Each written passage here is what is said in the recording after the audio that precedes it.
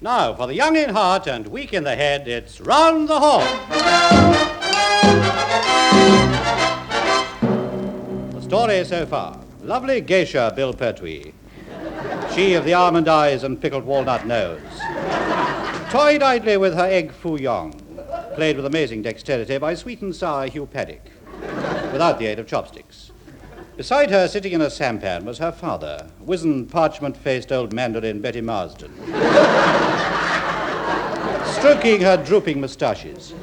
Meanwhile, in the bathhouse of the August moon, lovely, wanton Kenneth Williams received a strange phone call. Picking up the phone, she fainted dead away. She heard the grisly warning of the tong. Hello, this is Kenneth Tong.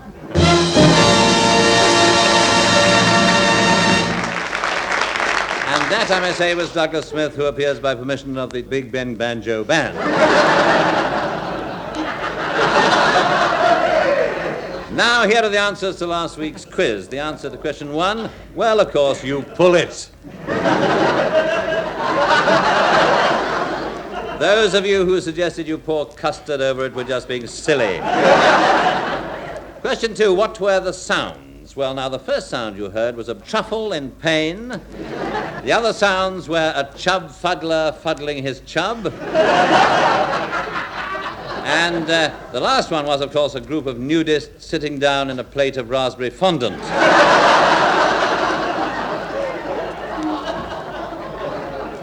And now to a new feature. The BBC, as a democratic organisation, believe that minority groups, however small, should be allowed to voice their opinions. So, this week we have with us a fanatic secret sect who call themselves the Shuddering Brethren, with their leader, Mr. Grunt Paddock. Grunt Paddock. Yes?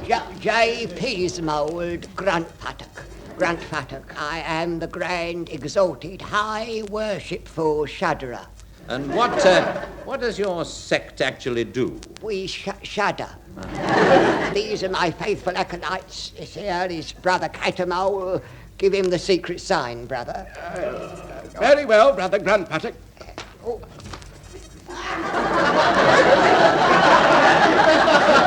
Well, there's nothing secret about that. Well, it has a special significance for us. Oh, does it?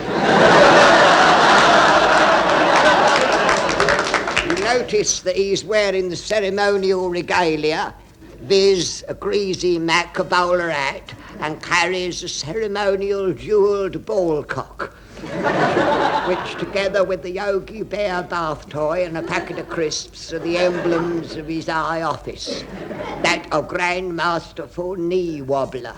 Oh, is that a very privileged position? Oh, yes, brother. It entitles him to first sip of the ceremonial brown ale, which is borne round the brethren by Mrs. Stubbins here, our high priestess. Give Mr. Horne the fraternal greeting, Evadne. Hello, cheeky face!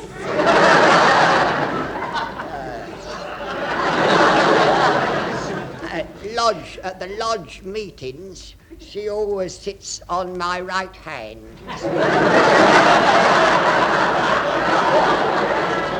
That has a certain mystical significance. Yes, well, I'd sooner not hear about that. And who is this freakish pantaloon wearing nothing but antlers and carpet slippers, covered in woad and carrying a trombone? What's his function? I don't know. I thought he was with you.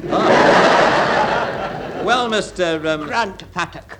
Grunt Paddock. It's a Saxon name. Oh, not Norman. No, it's Saxon. Yes, I had it wrong. It describes what my ancestors did for a living. You mean like Smith or Baker? Yes, I had an ancestor who actually was Grunt Paddock Royal to King Ethelred the Unready. Oh, really? You know, I always thought Ethelred grunted his own futtocks.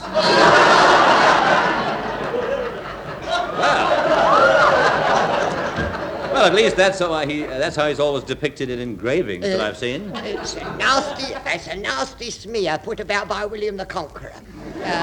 He'd say anything, you know, to make me look a fool. Oh, but I digress. I believe you would like to be the first man to witness the secret initiation ceremony of the Grand Order of Shudderers. I can hardly contain my indifference. Very well. Shudderers, to your places. let the initiation commence. Scrowed Master, blow the giant ram's horn. Yes, worshipful Shudderer, it shall be blown forth. Let the scrowed counting commence. Right, steady, steady, 14 all. Bring forth the grummet. The grummet shall be brought forth. What say you, grummet bearer? Be there Nadgers present? Nay, there be no Nadgers among us.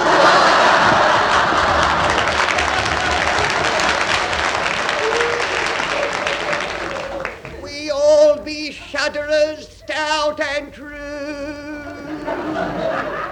Then lower your scroll. Yes, let them be lowered.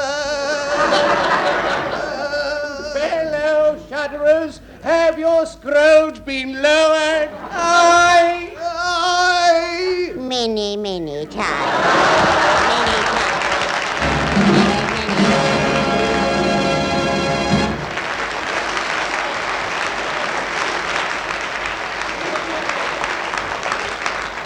Well, that's given you a glimpse of the activities of the Shuddering Brethren, and questions have been asked about them in Parliament lately. Some people feel that they should be stopped. But it's very difficult to stop them, as nobody has the faintest idea of what they're doing, except that it's rather noisy and smells of singeing feathers. Right, Smith, stop trying to sell Edwin Braden those photographs and make the announcement. Oh, sorry, sir. They're just some candid snaps I took on my holidays last year. Oh, good. In I'd Port love to- Said. Afterwards, I'll see. Now, bearing in mind the current crop of spy stories, we bring you one to end them all, I sincerely hope. More dangerous than Danger Man, more vengeful than the Avengers, more intriguing than the Press Files, sexier than Bond, more intelligent than the Intelligence Men. Oh, get on with it. Hanging it out like that. Round the Horn proudly presents Counter-Agent Kenneth Horne in The Spy Who Came In With a Cold.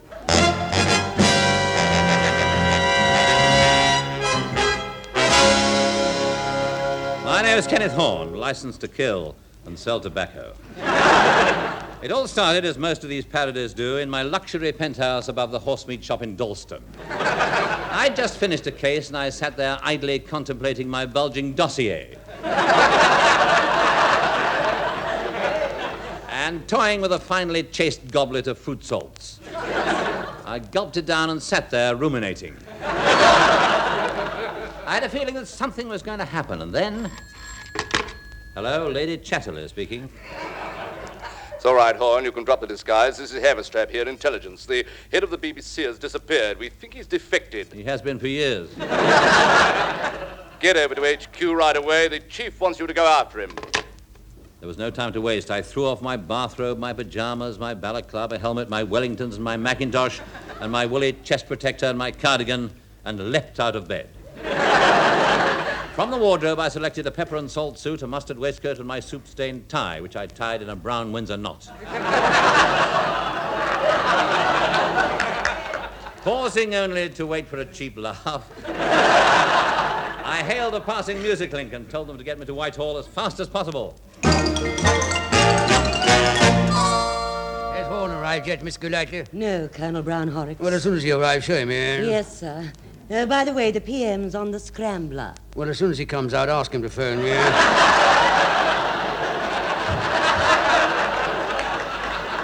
Well, now, where's that man, Horne?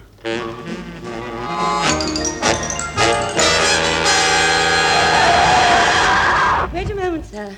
There's a music link just drawn up outside, and there's a man getting out.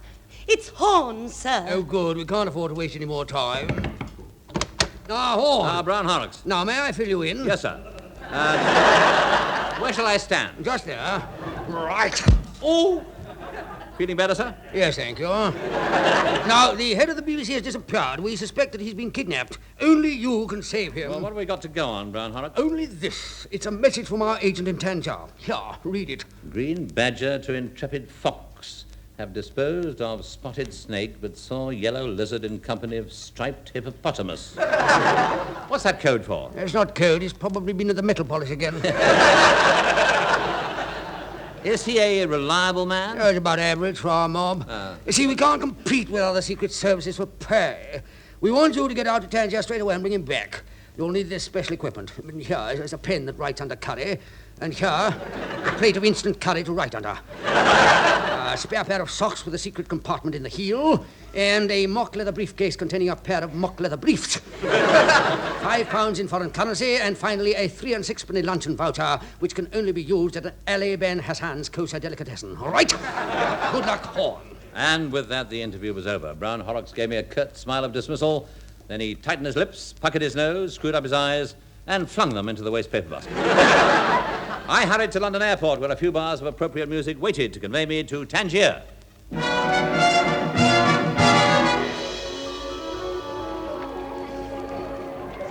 4 bars later, Horne could be seen pushing his way through the crowded streets of the native quarter of Tangier. Around him thronged the simple inhabitants of these parts. Oh, excuse me, simple inhabitant of these parts. Yes, Effendi. Yes, Effendi. May your tents be as grains of sand in the butter. And may your loins be fruitful. Oh, thank you. Very civil of you, and your loins too, if I may say so. Could you direct me to Ali Ben Hassan's kosher delicatessen? Yes, master. Along the street of 999 Delights. I thought it was 1,000 Delights. It was. The police raided one last night. Keep going past the bagwash of 1,000 Coms and turn left at the pie shop of 1,000 Flies. There you will find Ali Ben Hassan's kosher delicatessen under the sign of the swinging matzo ball. Thank you, simple inhabitant of these parts. And here, take this for your trouble. Oh, thank you, kind master. Kicking the ankle, just what I've always wanted. He was simpler than I thought. I set off at a brisk dog trot, and a dog beside me set off at a brisk horn trot. And soon we were happily trotting along cheek by jowl. It was an unusually tall dog. And soon I was at my destination. I lounged nonchalantly against the bars. The barman sidled up to me. Yes, Effendi. Bring me a tankard of one of your local concoctions. Certainly, Effendi. Here. Yes, delicious. What is it? The drink made from local fruit and processed to a syrupy sweetness by the addition of certain fragrant herbs and aromatic spices. We call it Kul al-Rabat Rakat al-Lakum. Rather. What's that in English? Syrup of figs. I had a feeling that all was not well. Call it a sixth sense, call it what you will or whatever you're allowed to, but I realized my drink had been tampered with. I swayed dizzily and then I plunged into oblivion. When I came to, I found myself on a bed in a room, and from somewhere nearby came the elusive smell of musk tempered with fish paste. And a figure leant over me. It was the dreaded Dr. Chu N. Ginsberg. He spoke. Sir, Mr. Special Agent Horne, we meet at last. Where am I? Halfway down, page 14. Oh, yeah. You are in a disused zip fastener factory, moored 5 miles off the coast of Moscow. You will never get away with it, you inscrutable twit. Ah! What have you done with the head of the BBC? He is downstairs in my private laboratory. I'm conducting an experiment with him. I'm going to remove his brain and transplant the brain of a chimpanzee. Then I'm going to send him back to England. Superficially, he will be the same, but he won't be able to think like a human being. He will be incapable of reason or judgment. Well, you're mad. You're mad. I'm not mad. Don't call me mad. No! I'm not mad. No! Ah, that's what they called me at school. Yes, when I was at Rodine. Rodine's a girls' school. Oh, no, not that mad. I was always different from other boys. Oh, yes. Yes, I was always good at science, cross-breeding different species. I once cross-bred a goat and a budgerigar. They said it couldn't be done, but I did it. I called it a gudgery goat. Great yellow airy thing it was. Like Eddie Braden. Used to flap about the place, butting people. Yes, they all laughed at me, except the gudgery goat. Got no sense of humor, those creatures. And it turned my lesion. My lesion has been turned. I am bent on revenge. Bent on it. I'm bent, I tell you.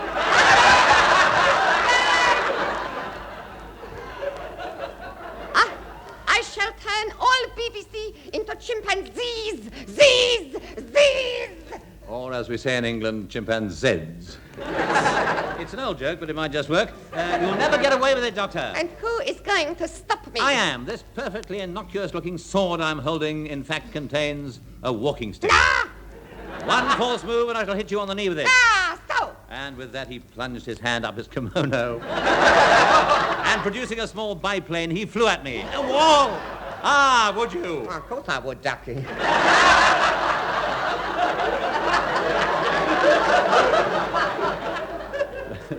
That's what I thought, too. Have at you. Have it yourself. I don't want it. I got cupboards full of them. We grappled and fell to the floor in a heap. So sorry about that heap. Should have been swept up. Suddenly, he wrenched himself free. Well, I say free. Actually, it was at manufacturer's price. And with a last despairing cry of...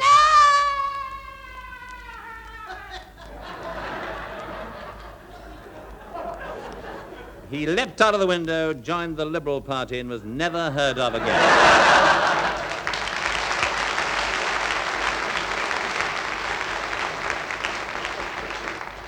We in MI5 do not yet know how far his fiendish scheme has progressed. Somewhere, somehow, his devilish work may still be going on. So, next time you go to the zoo, give the chimpanzee a banana or two. After all, it may be the head of the BBC.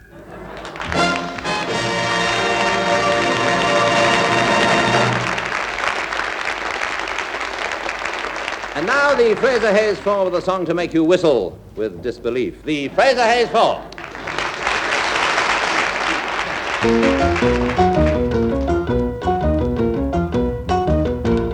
Deep in the night I climb the stairway to the sea and pretend you are there beside me, so close beside me, watching the sea. I see us there upon the stairway to the sea, where the mist softly kiss two lovers, hiding from others, our love by the sea. Why try to find a new love when your voice keeps calling me? I'm just a lonely prisoner of the stairway to the sea. And there you'll find me waiting for the day of your return. But till that day, how memories can burn. This is my prayer upon the stairway to the sea, that you soon will be there before me, whispering adore me, there by the sea. Why try to find a new love when your voice Keeps calling me, I'm just a lonely prisoner of the stairway to the sea. There you'll find me waiting for the day of your return. Until that day, how memories can burn. This is my prayer upon the stairway to the sea, that you soon will be there before me, whispering adore me, there by the sea, there by the sea.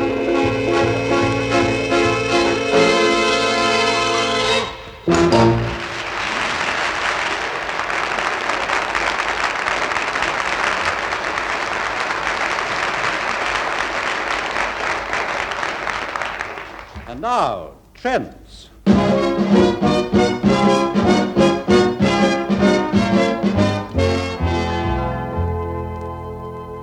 First, fashion. Cat suits are going to be the thing this season. Well, my cat's been wearing one for years. There's a new one-piece undergarment currently on the market.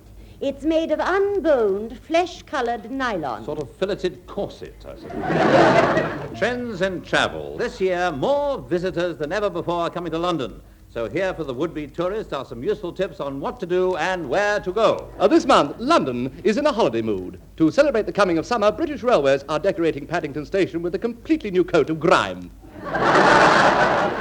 See London seamy-side. Visit the world's largest doss house on the embankment, where pitiful, shambling victims of social inequality gather to sleep away the daylight hours. It's called the House of Lords.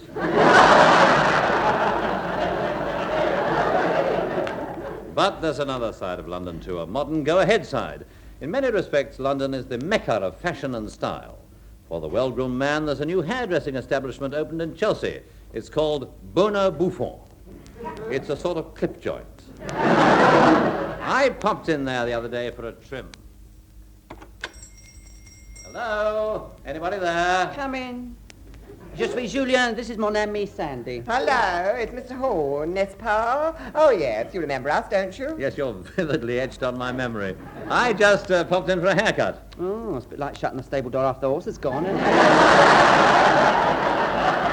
I mean, it's hardly worth his taking his hat off for, is it? All right. In the chair, Julian will take you. He tortures the ride. Lovely. He's got the fingers for it. Oh. Hands of an artiste. Oh, good. When he's done that, would you ask him to do my hair? He's very bold. Yes. Very bold. As a billiard ball. What style do you think I should have? Well, I mean, you're a bit limited, aren't you? I mean, you don't lend yourself to the shaggy look, do you? No, you haven't got the wherewithal. Oh, he hasn't. He hasn't got the wherewithal. No. Let's face it. I mean, look, he's got more hair in his ears than he's got on his face. No, the best we can do with what you've got on top is to huff on it and give it a quick once-over with a duster. What do you think about the sides, though, Sam? We might do something sheesh for the sides, eh, Sam?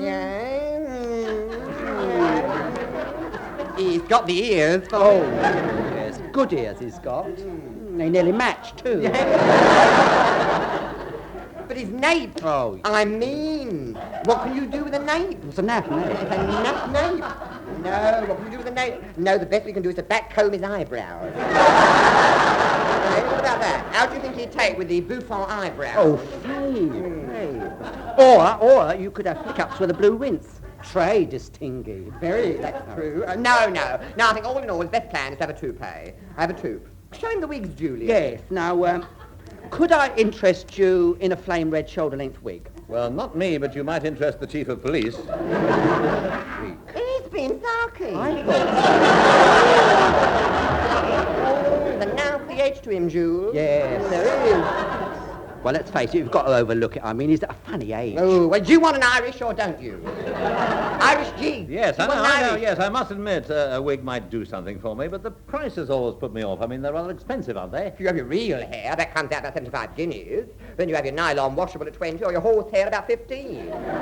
Still too dear. Oh, what can you do with him, Sand? It's great. Just give him a sack full of sweepings and a tube of glue and let him do it himself.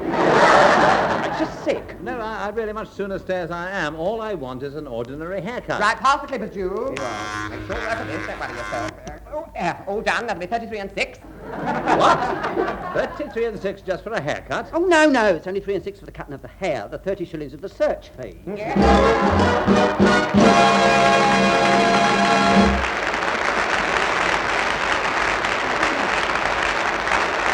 Well, that brings us to the end of the show. Cheerio. See you next week.